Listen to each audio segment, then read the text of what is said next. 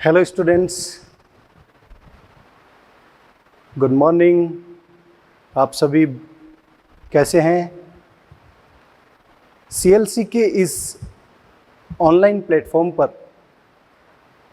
मैं Rishiraj Yadav, senior zoology faculty at CLC Sikar, आप सभी का मेरे इस क्लास में स्वागत करता हूं। हर किसी बच्चे का सपना होता है डॉक्टर या इंजीनियर बनना। आप सभी ने भी अपने सपने सजो रखे होंगे कि मेरी ऑल इंडिया फर्स्ट रैंक आनी चाहिए, टॉप 10 में रैंक आनी चाहिए,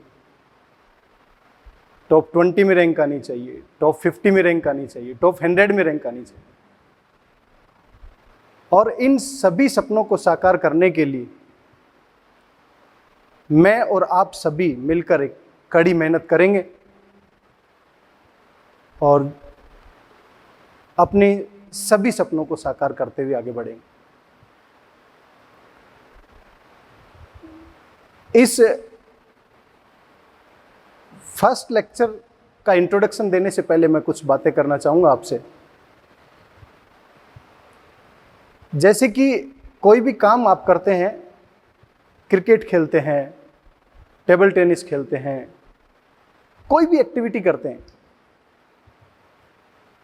सबसे पहला काम करने से पहले उस काम को 100% देने की कोशिश करें। 100% देने का मतलब क्रिकेट खेला तो 100% क्रिकेट में दिमाग होना चाहिए, टेबल टेनिस खेला तो 100% टेबल टेनिस में काम करें, कहीं पिकनिक पे घूमने गए तो 100% एंजॉय करो। और इस टाइम पर आप क्या कर रहे हैं? सीएलसी आपके सपने को साकार करने के लिए कटिबद्ध है और सीएलसी की ऑनलाइन क्लासेस को देख रहे हैं। और सीएलसी की ऑनलाइन क्लासेस को देखना है तो 100% आपको 100% देना है उसमें भी। शायद आप मेरी बात समझ पा रहे होंगे। भगवान के बाद दूसरा नंबर डॉक्टर का आता है, तो वो भगवान जैसा नाम प्राप्त करने के लिए आपको मेहनत तो करनी पड़ेगी। और आप सभी को पता है इस कोविड-19 के दौर में तो डॉक्टर कितना सर्वोपरि माना गया है। तो आपको सभी को एक मेहनत और एक लगन के साथ आगे बढ़ना पड़ेगा। जैसा कि मैं आपको बता दूं, नीट यूजी का syllabus vast and slightly difficult है। हम ये नहीं कह सकते बहुत डिफिकल्ट है, स्लाइटली डिफिकल्ट है।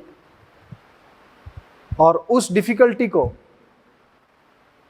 आसान बनाने के लिए मैं आपकी मदद करूंगा। और इसी में सबसे पहले मैं लेक्चर फर्स्ट की जो शुरुआत करूं, उसमें हम एनिमल फिजियोलॉजी की बात करेंगे। तो let's start lecture first.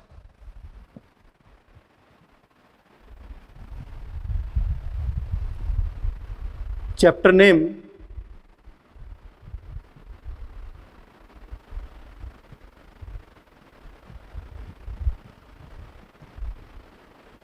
Breathing and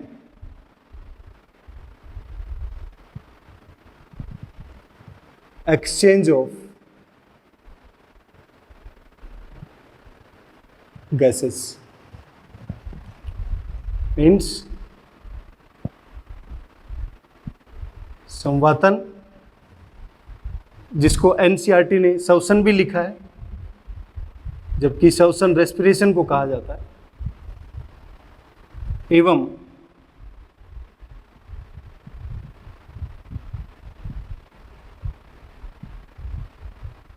गैसों का विनिमय।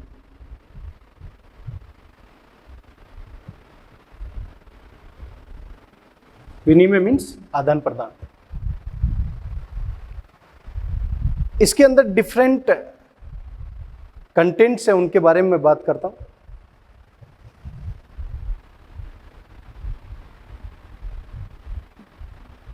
कंटेंट्स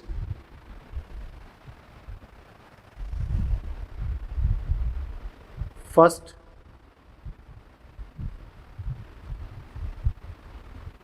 इंट्रोडक्शन, मीन्स इस चैप्टर में क्या क्या इसकी प्रस्तावना है।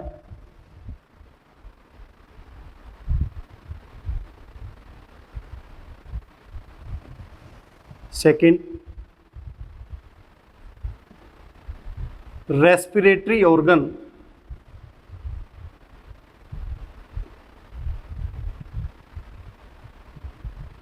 श्वसन अंग। थर्ड,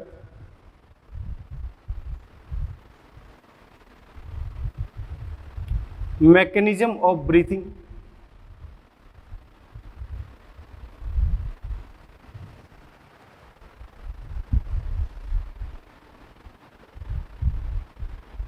संवातन की प्रक्रिया।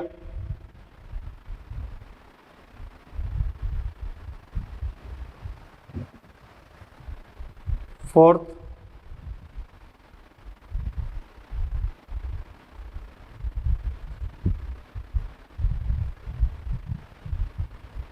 Exchange of gases.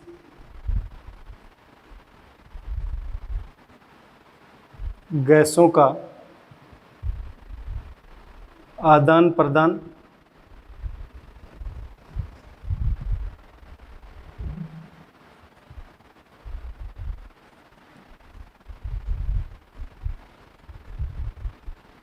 Transport of gases, गैसों का परिवहन।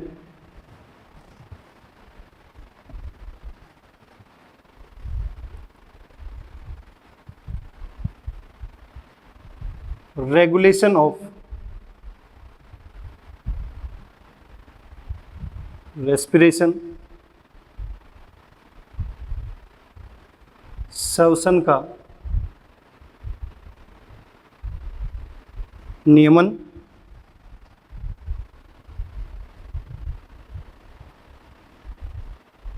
डिसऑर्डर्स, विकार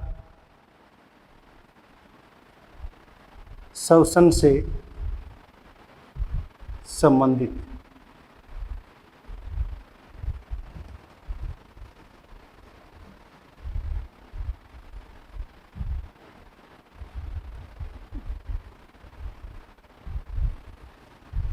And 8, quick recap and other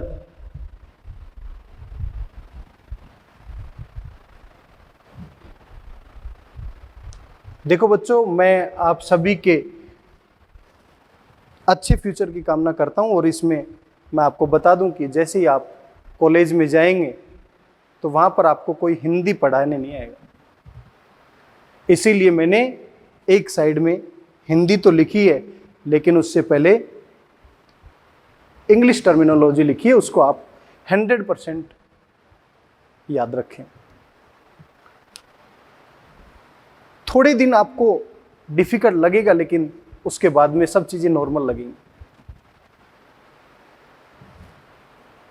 इन सभी अलग अलग कंटेंट्स में आप सभी ने इंट्रोडक्शन देखा, respiratory organ, mechanism of breathing, exchange of gases, transport of gases, regulation of respiration, disorders and. इन सभी में हमें कुछ न कुछ स्टडी करना है। इंट्रोडक्शन में कुछ स्टडी करना है, ऐसे ऐसे सभी कंटेंट्स के अंदर कुछ स्टडी करना है। तो फर्स्ट कंटेंट है इंट्रोडक्शन, इसकी बात करते हैं।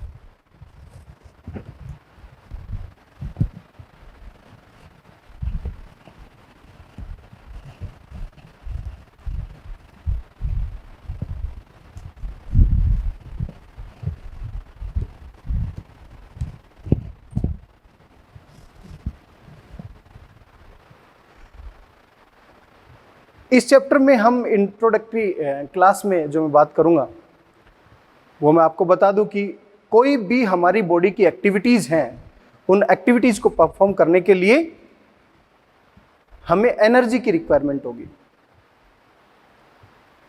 और हमें एनर्जी कहाँ से मिलेगी? न्यूट्रिएंट मॉलिक्यूल से मिलेगी, जो भी पोषक अणु हैं उनसे मिलेगी। फॉर एग्जाम्पल ग्लूकोज है, फ्रक्टोज है, लैक्टोज है, सुक्रोज है, ये न्यूट्रिएंट मॉलिक्यूल है, इन सभी से मिलेगी। और हमें सभी एक्टिविटी परफॉर्म करने के लिए जो एनर्जी मिलेगी वो एटीपी की फॉर्म में मिलेगी। तो हमें एटीपी की फॉर्म में एनर्जी कहां से मिले? उसके लिए इनडायरेक्टली हमारी बॉडी की सेल को अपने फंक्शन को परफॉर्म करने के लिए इनडायरेक्टली ऑक्सीजन की रिक्वायरमेंट है, और इनडायरेक्टली ऑक्सीजन को लेकर कैटाबॉलिक रिएक्शंस को परफॉर्म करके वो एटीपी की फॉर्म में एनर्जी प्रोड्यूस करती है। कैसे? वो देखिए। For example C6H12O6, this is nutrient molecule.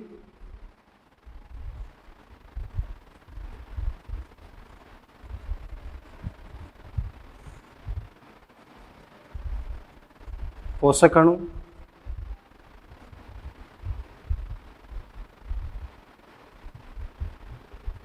Glucose, और इसको ब्रेक डाउन करने के लिए हमें इनडायरेक्टली ऑक्सीजन की रिक्वायरमेंट, ऑक्सीजन भी मिल गए। और ये कौन सी रिएक्शन? Catabolic reaction. अपचयी अभिक्रिया करेगा और इसके रिजल्टेंट में carbon dioxide plus H2O plus energy मिलेगी एटीपी की फॉर्म।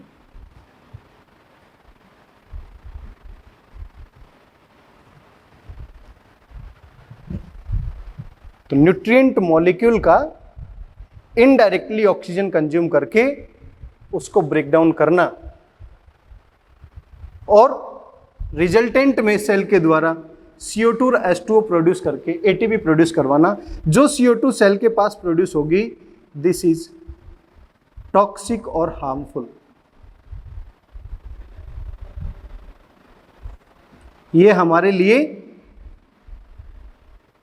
विषैली है। तो इसे क्या करना पड़ेगा? Eliminate from body. हमें बॉडी से इसे बाहर निकालना पड़ेगा। तो किसी भी ऑर्गेनिक सब्सटेंस का ऑक्सीजन के प्रेजेंस में ब्रेकडाउन करके एनर्जी प्रोड्यूस करना, ये कंप्लीट प्रोसेस जो है, इस कंप्लीट प्रोसेस को बोलते हैं रेस्पिरेशन। ऑक्सीजन की प्रेजेंस में हो रहा है तो एरोबिक, ऑक्सीजन की अब्सेंस में होगा तो एनारोबिक, जिसे हम बोलते हैं वायवीय श्वसन और अवायवीय श्वसन। वायु श्वसन में यह एनर्जी ज्यादा प्रोड्यूस होगी, अवायवीय श्वसन में ये फूड इनकम्प्लीटली ऑक्सीडाइज होगा तो यहां पर कम एनर्जी मिलेगी। अब इस कंप्लीट जो ये प्रोसेस यहां से लेकर यहां तक कंप्लीट प्रोसेस जो चल रही है, इस प्रोसेस में सबसे फर्स्ट स्टेप जो रिक्वायर्ड है वो है एटमॉस्फेरिक एयर को अंदर लेना और एल्यूलाई के अंदर CO2 की लेवल जितना ज्यादा बढ़ेगा उसे बाहर निकालना। ये फर्स्ट स्टेप रिक्वायर्ड है। इट मींस ब्रीथ इन और ब्रीथ आउट, सांस का लेना और छोड़ना, ये एक सिंगल ब्रीथिंग प्रोसेस है। तो आप समझ पा रहे होंगे कि ब्रीथिंग और श्वसन, श्वसन एक बिग प्रोसेस है और उसका फर्स्ट स्टेप है जिसे हम बोल रहे हैं ब्रीथिंग या एल्यूलर वेंटिलेशन। तो इंट्रोडक्शन में आपको समझ में आया होगा कि किस तरीके से ये हमारी बॉडी के लिए हार्मफुल है, तो इसे बॉडी से बाहर निकालना है और एटमॉस्फेरिक एयर को अंदर, इसको ब्रेक डाउन करने के लिए अंदर लेना।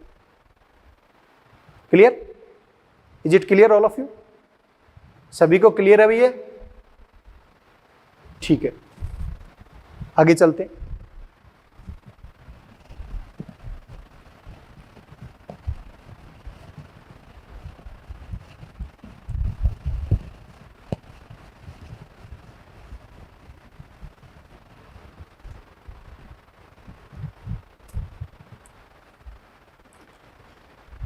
इंट्रोडक्शन के बाद नेक्स्ट पॉइंट लिखा था हमने,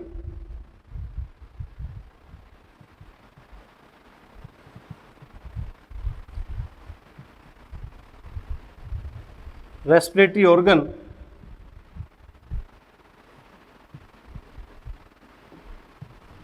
श्वसन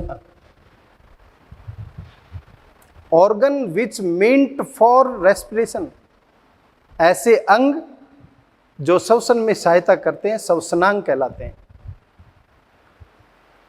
और श्वसनांग जो हैं वो विभिन्न प्रकार के एनिमल में विभिन्न प्रकार के होते हैं। ये अलग अलग एनिमल में क्राइटेरिया जो है ये डिफरेंट फैक्टर्स और विभिन्न कारकों के ऊपर निर्भर करता है, जो है अलग अलग एनिमल हैबिटेट, इट मीन्स आवास, जिसे हम बोल रहे हैं लिविंग प्लेस,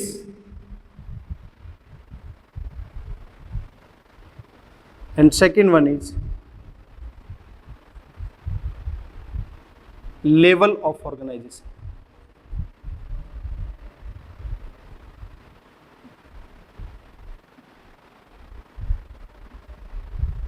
संगठन का स्तर।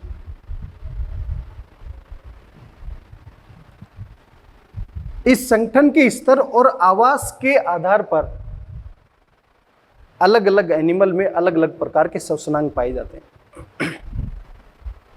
दो नए वर्ड आए हैं, हैबिटेट और level of organisation. Animal diversity में इसके बारे में हम डिटेल में स्टडी करेंगे, लेकिन फिर भी मैं आपको बता दूं हैबिटेट क्या है। लिविंग प्लेस, किसी एनिमल के लिए लिविंग प्लेस क्या हो सकता है?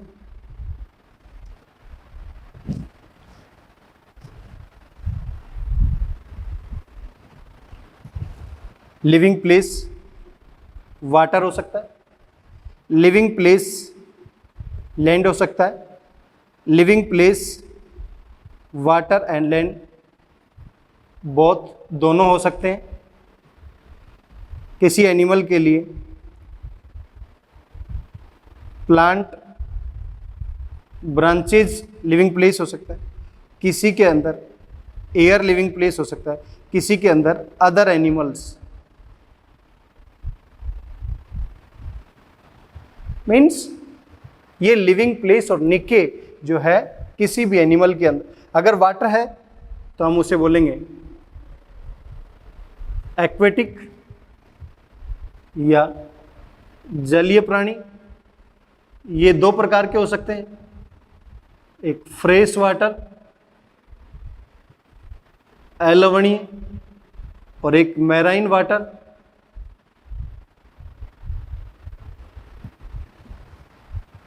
जो लैंड पर सर्वाइव करेगा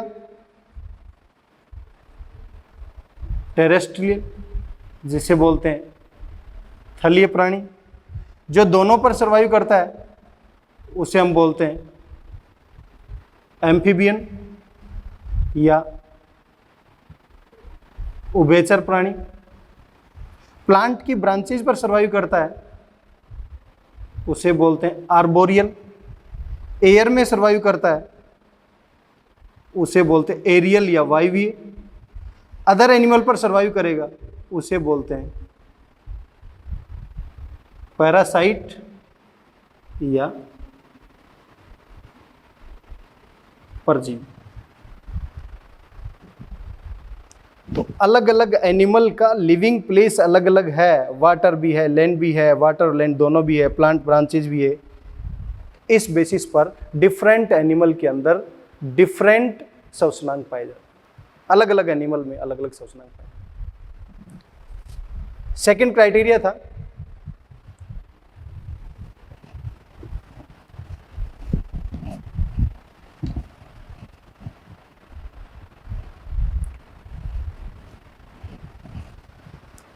लेवल ऑफ ऑर्गेनाइजेशन या संगठन का स्तर।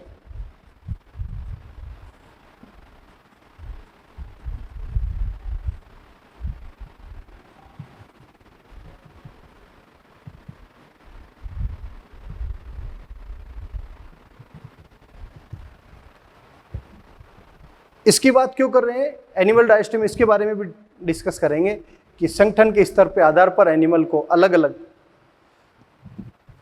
पार्ट में डिवाइड कर रखा है। For example cellular level,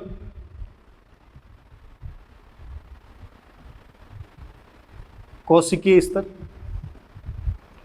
for example tissue level, उत्तकीय स्तर, फॉर एग्जाम्पल ऑर्गन लेवल, अंग स्तर, for example organ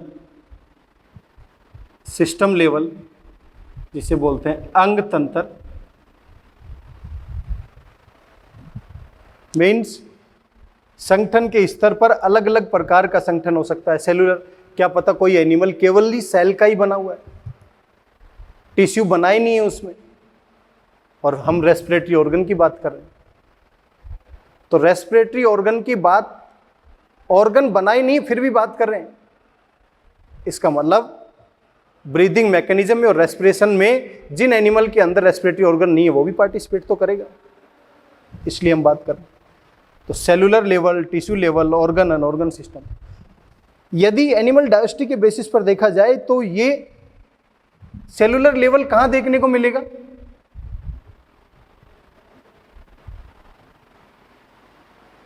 Porifera phylum. Tissue level कहां देखने को मिलेगा?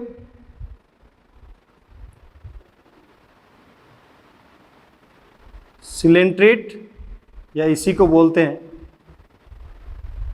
निडेरिया,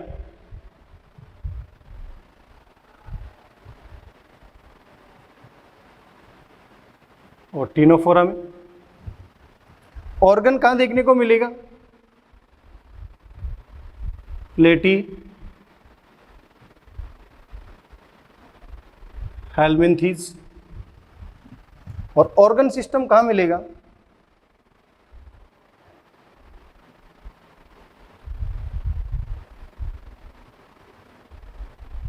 एस्के हेलमिंथीज, जिसे नीमेटोडा भी कहा जाता है। एस्के हेलमिंथीज से लेकर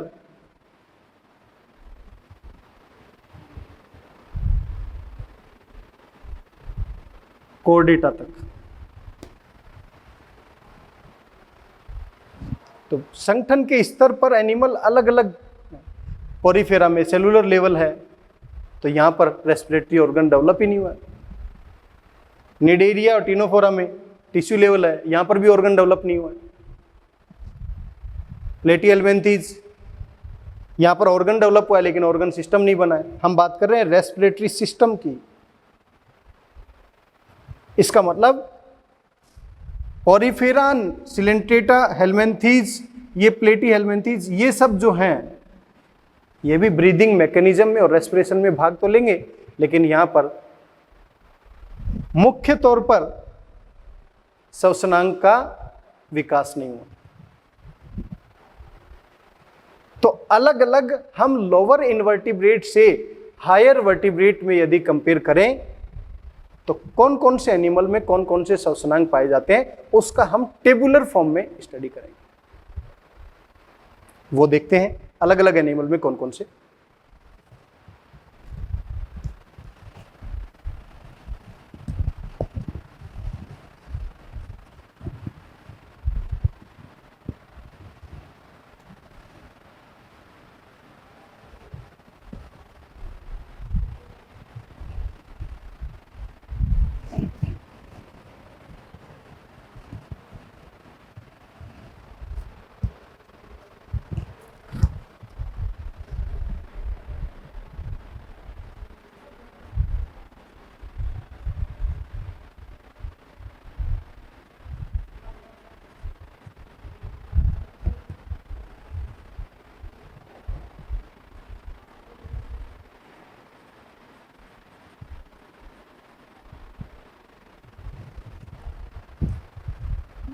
लोअर इनवर्टिब्रेट जो निम्न अकशेरुकी हैं उनको उच्च कशेरुकी की तरफ जाएं तो किस तरीके से कौन कौन सी ट्रांजिशन फेज आएंगी और कैसे कैसे अलग अलग एनिमल में अलग अलग प्रकार के रेस्पिरेटरी ऑर्गन्स देखने को मिलेंगे। First, Porifera,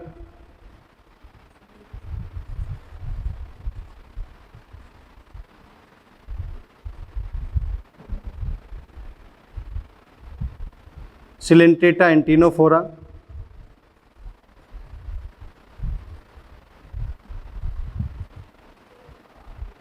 Platyhelminthes. ये जो लोअर इन्वर्टिब्रेट्स हैं, इन सभी के अंदर रेस्पिरेटरी सिस्टम डेवलप नहीं हो पाता है, तो सिंपल डिफ्यूजन से, सिंपल डिफ्यूजन, साधारण विसरण की प्रक्रिया से, मीन्स हाई कंसंट्रेशन से लो, हाई कंसंट्रेशन से लो कंसंट्रेशन की तरफ गैसेज का आदान प्रदान होगा। और गैसेज का आदान प्रदान general body surface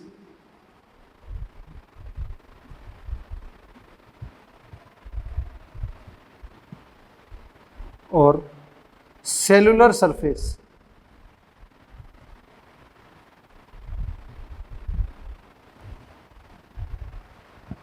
general body surface और सेलुलर सरफेस के द्वारा होगा। जनरल बॉडी सरफेस और सेलुलर सरफेस के द्वारा गैसों का आदान प्रदान क्यों हो रहा है? क्योंकि जो एनवायरनमेंट में, सराउंडिंग में जो गैसेज अवेलेबल हैं, उन गैसेज का direct contact general body surface और सेलुलर सरफेस से है। क्लियर सभी को? आगे चलो।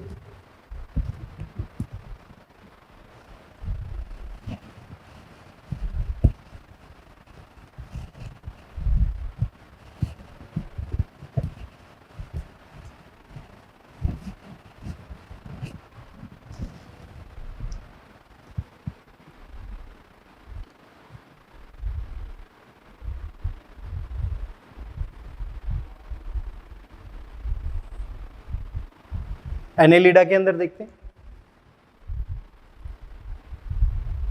आर्थवॉर्म, जिसे सिंपल भाषा में केंचुआ बोलते हैं, साइंटिफिक नेम इसका फेरेटीमा पोस्थुमा है।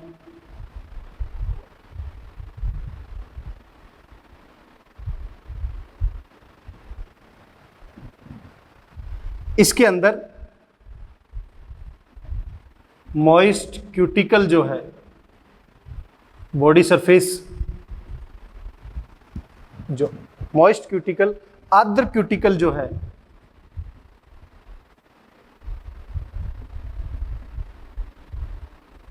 वो गैसियस एक्सचेंज में पार्टिसिपेट करेगी। इसी का मेंबर है लीच, जिसे जोंक बोलते हैं, हिरुडिनेरिया साइंटिफिक नेम है इसका। इसके अंदर पैरापोडिया प्रेजेंट है, और यद्यपि पैरापोडिया एक लोकोमोटरी ऑर्गन है, बट श्वसनांग में भी सहायता करते हैं।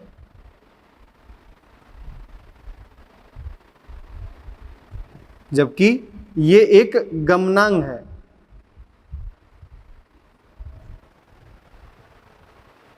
क्लियर यहां तक सभी को?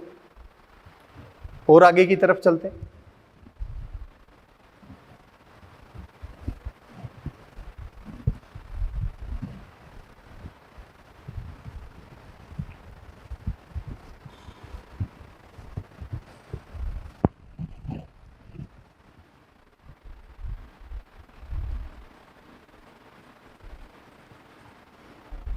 हम बात करें आर्थ्रोपोडा की, जैसा कि आप जानते होंगे, this is the largest phylum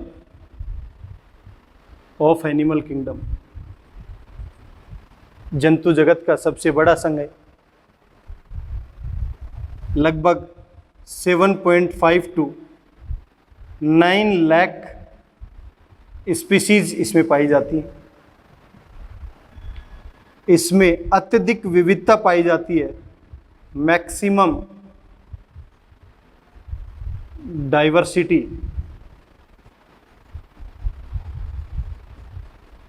अत्यधिक विविधता पाई जाती है। जब इसमें डाइवर्सिटी मैक्सिमम है तो श्वसनांग भी अलग अलग मिलेंगे, अलग अलग एनिमल में देखते हैं। फॉर एग्जाम्पल कॉकरोच, यदि कॉकरोच की बॉडी देखेंगे तो इस तरीके से कॉकरोच की बॉडी के अंदर 1 2 3 4 5 6 7 8 9 10 1 2 3 4 5 6 7 8 9 10 बॉडी की लेटरल साइड में पार्श्व सतह पर स्पाइरेकल्स पाए जाते हैं, माइन्यूट ओपनिंग्स हैं जहां से ये गैसेस एक्सचेंज करेगा। डोर्सल और वेंट्रल सरफेस, जैसे डोर्सल और वेंट्रल सरफेस दूर जाएंगी स्पाइरेकल ओपन हो जाएंगे, जैसे ही पास आएंगे स्पाइरेकल क्लोज हो जाएंगे। तो बॉडी के अंदर जो CO2 की अमाउंट होगी वो बाहर आ जाएगी और सराउंडिंग में जो O2 की अमाउंट होगी वो by the simple diffusion process. तो ये जो सिस्टम है spiracles, then the trachea and the branching point tracheoles, इस कंप्लीट सिस्टम को बोलते हैं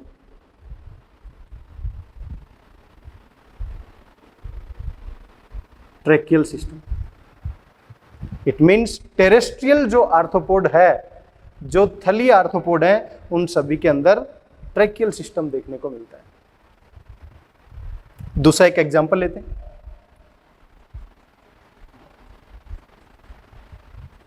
aquatic arthropod, for example prawn, झींगा मछली। इन एक्वेटिक आर्थ्रोपोड्स के अंदर गिल्स या जिसको क्लॉम बोलते हैं हम, वो श्वसनांग के रूप में काम करते हैं। टेरेस्ट्रियल आर्थ्रोपोड में ट्रैकियल सिस्टम, एक्वेटिक आर्थ्रोपोड में गिल्स। इसी के अलावा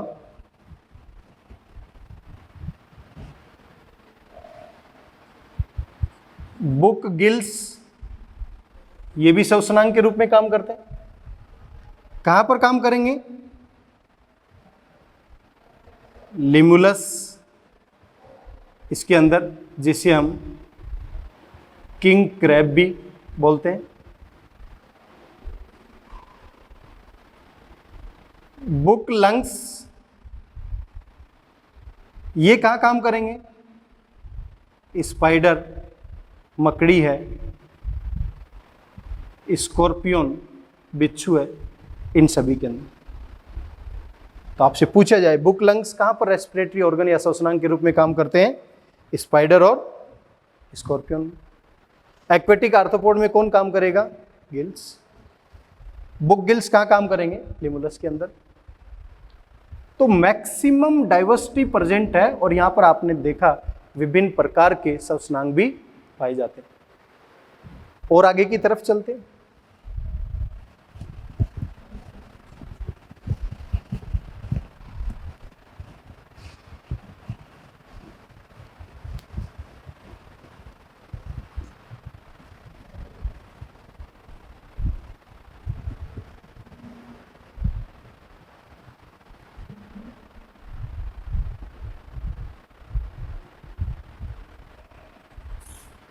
Mollusca, this is second largest phylum, दूसरा जंतु जगत का सबसे बड़ा फाइलम है और इसके अंदर रेस्पिरेटरी ऑर्गन या श्वसनांग के रूप में पल्मोनरी सैक, हेल्पफुल है। इसी के अलावा इनकी बॉडी के अंदर एक मेंटल, जिसे परवार बोलते हैं,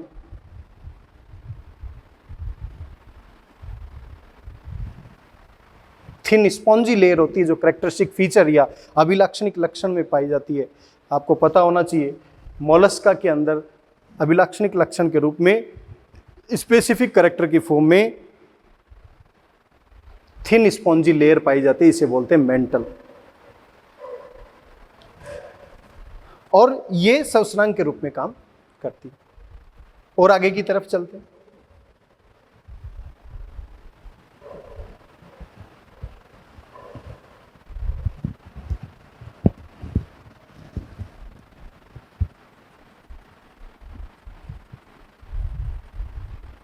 हेमिकोडेटा की बात करें तो हेमिकोडेटा के अंदर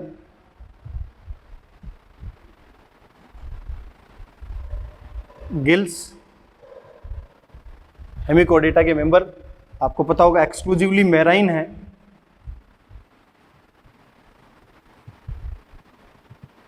एक्सक्लूसिवली मेराइन मीन्स पूर्णतः समुद्री एक्वेटिक एनिमल है। यहां पर गिल्स हेल्प करेगा। जैसे जैसे हम हायर वर्टिब्रेट की तरफ बढ़ेंगे, उसमें कौन कौन से मेंबर आएंगे? पाइसीज या फिशेज। इस फिशेज के अंदर दो प्रकार के फिशेज आएंगे। बोनीफिश है,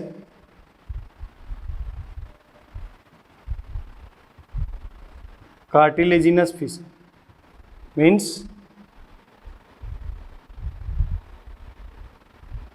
अस्थिल मछलियां और उपास्थल।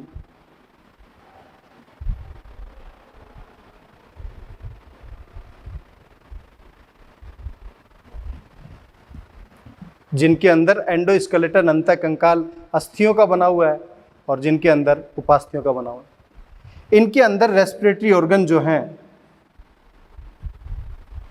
गिल्स प्रेजेंट होते हैं और ये गिल्स अलग अलग नेचर में होते हैं। किसी में कवर्ड होते हैं, किसी में अनकवर्ड। और जिसके अंदर ये कवर्ड होंगे तो उसे बोलते हैं ओपरकुलम के द्वारा, ओपरकुलम के द्वारा ढके हुए होते हैं।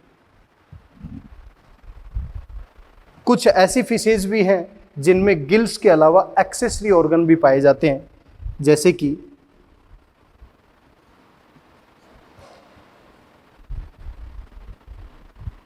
Anabas climbing perch. इसके अंदर गिल्स तो रेस्पिरेटरी ऑर्गन है ही है, इसके अलावा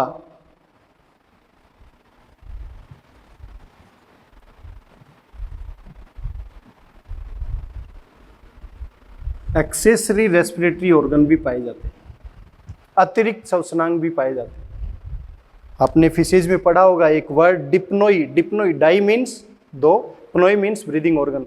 ऐसे फिशेज जिनके अंदर ब्रीदिंग ऑर्गन में गिल्स के अलावा भी एक ऑर्गन पाए जाते हैं, उनको डिप्नोई फिशेज कहा जाता है। तो पाइसीज और फिशेज के अंदर मुख्य रूप से श्वसनांग गिल्स पाए जाते हैं।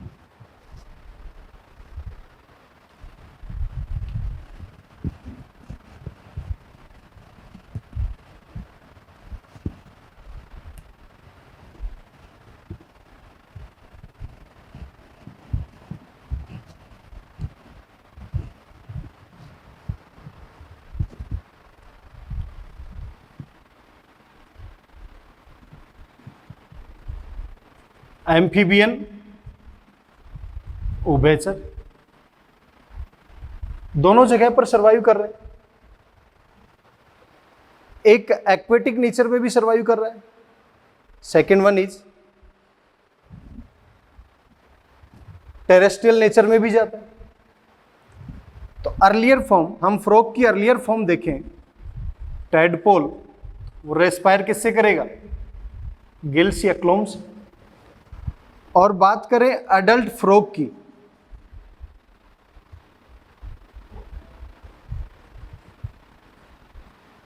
तो इसके पास श्वसनांग की फॉर्म में 3 अलग पार्ट होते हैं।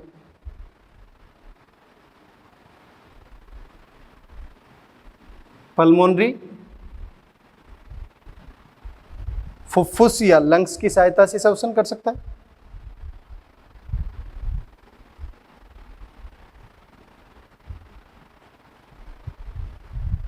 बक्कोफेरेंजियल, बक्कल कैविटी से रेस्पायर कर सकता है।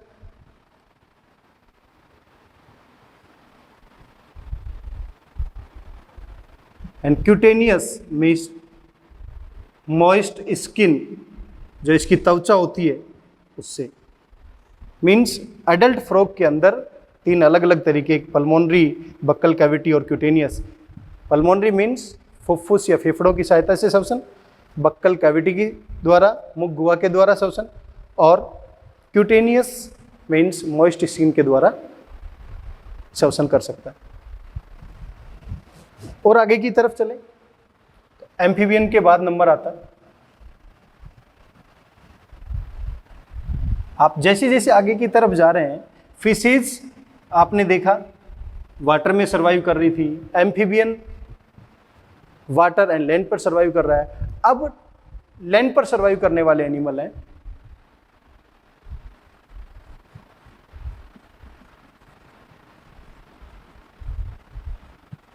सरीसृप। और ये जो रेप्टाइल्स हैं, इन रेप्टाइल्स में लिजार्ड्स एंड स्नेक, ये सभी आते हैं। और यहां पर मेन रेस्पिरेटरी ऑर्गन जो है वो है लंग्स या फुफ्फुस।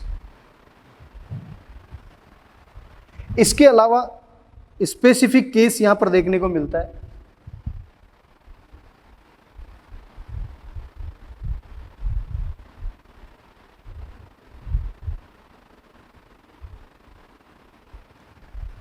In some turtles,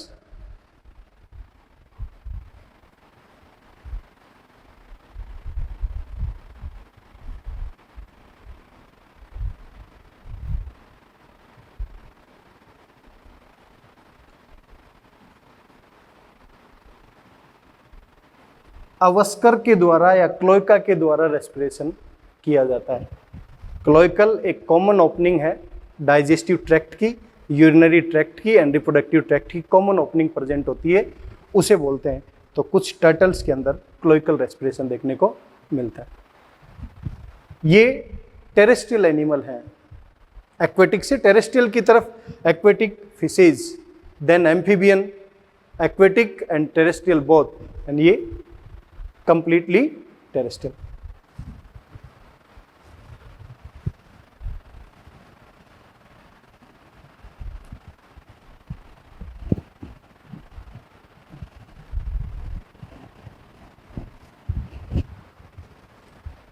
next aves या बर्ड्स, इसके अंदर है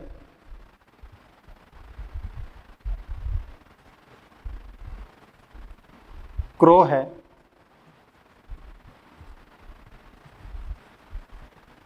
पिजन है, पैरट है, पैवो, पिकॉक है।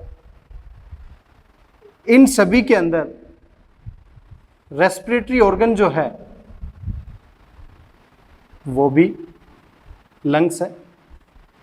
बट यहां पर स्पेसिफिक केस है, लंग्स से एक्सेसरी सैक्स अटैच होते हैं।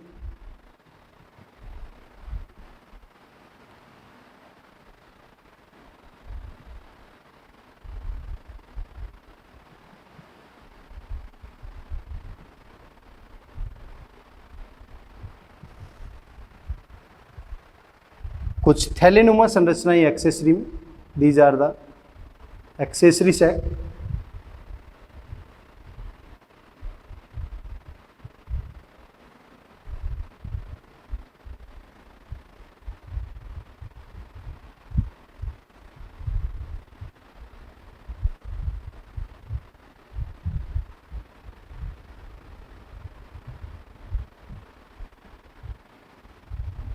These are sac and these are aves और बर्ड्स, जैसा कि आपको पता है इनके अंदर फ्लाइट एडेप्टेशन पाए जाते हैं और फ्लाइट एडेप्टेशन में accessory sac like structures present होती हैं इस तरीके से, जो लंग्स से अटैच होती हैं। तो एवीज के अंदर और बर्ड्स के अंदर भी श्वसनांग की फॉर्म में कौन काम कर रहा है? लंग्स।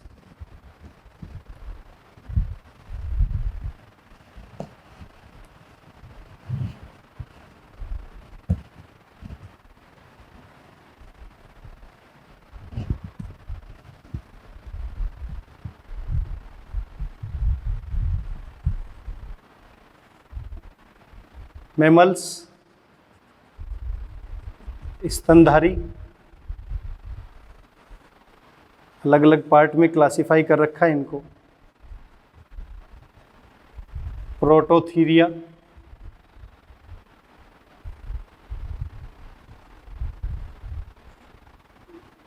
मेटाथीरिया,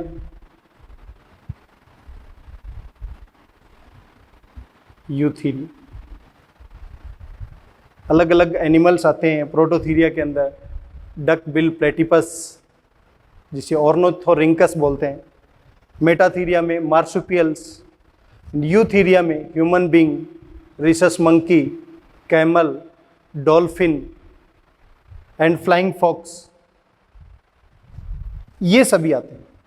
इन मैमल्स के अंदर, चाहे वो प्रोटोथीरियन, मेटाथीरियन, यूथीरियन हो, इनके अंदर भी श्वसनांग के फॉर्म में लंग्स पाए जाते हैं। हम सभी अलग अलग एनिमल में अलग अलग प्रकार के श्वसन अंगों को देखे हैं, और इस मैमल्स की बात करें तो मैमल्स के अंदर ह्यूमन बीइंग भी है, और ह्यूमन बीइंग के अंदर एक जोड़ी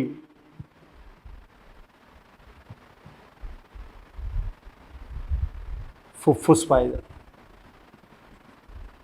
जो स्पॉन्जी होते हैं, जो पिंक कलर के होते हैं, जो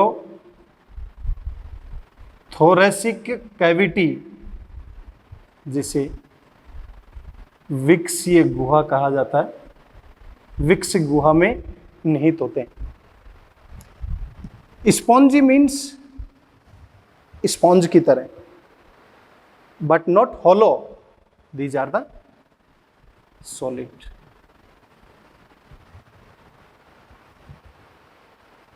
तो बच्चों, आपने अभी तक ये देखा कि different habitat and different level of organisation means आवास और संगठन के आधार पर अलग अलग प्रकार के एनिमल्स के अंदर अलग अलग प्रकार के श्वसन अंग पाए जाते हैं।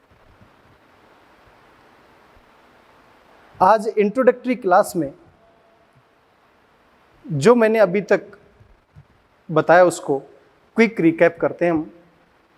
सबसे पहले मैंने बातें की कि हमें ब्रीथिंग और गैसेस एक्सचेंज की रिक्वायरमेंट क्यों पड़ी, क्योंकि हमारी बॉडी की सभी एक्टिविटीज को परफॉर्म करने के लिए एनर्जी की रिक्वायरमेंट होती है, और एनर्जी ऑक्सीजन के इनडायरेक्टली कंजम्पशन से एटीपी की फॉर्म में प्रोड्यूस होगी, और बॉडी के अंदर एटीपी की फॉर्म में जो प्रोड्यूस होगी तब CO2 टॉक्सिक और हार्मफुल गैस बनेगी, उसे हम बॉडी से बाहर निकालें।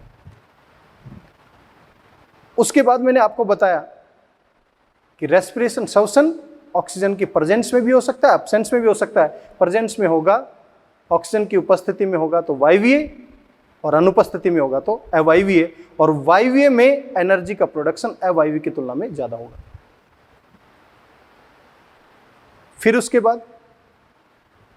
उसके बाद मैंने हैबिटेट मीन्स लिविंग प्लेस, आवास, एंड लेवल ऑफ ऑर्गेनाइजेशन, संगठन के स्तर के आधार पर लोअर इनवर्टिब्रेट से हायर वर्टिब्रेट की स्टडी की, और इन सभी एनिमल्स के अंदर ये देखा कि अलग अलग एनिमल के अंदर अलग अलग प्रकार के श्वसनांग पाए जाते हैं।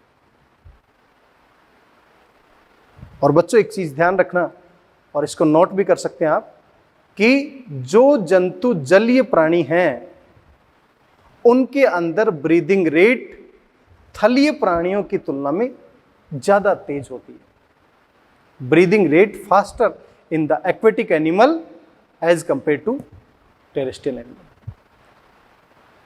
तो आशा करता हूं आप सभी को आज का लेक्चर समझ में आया होगा। और मैं तो एक बात बोलता हूं, नोबडी इज परफेक्ट। तो कोई भी यदि एरर हुई हो तो आप मुझे जरूर बताएं। और आप सभी को इसी शुभकामना के साथ में मैं अपना लेक्चर एंड करता हूं कि मस्त रहें, स्वस्थ रहें और लगातार पढ़ते रहें। इस दौर में बेहतर को और बेहतर करने के लिए हम प्रयासरत हैं।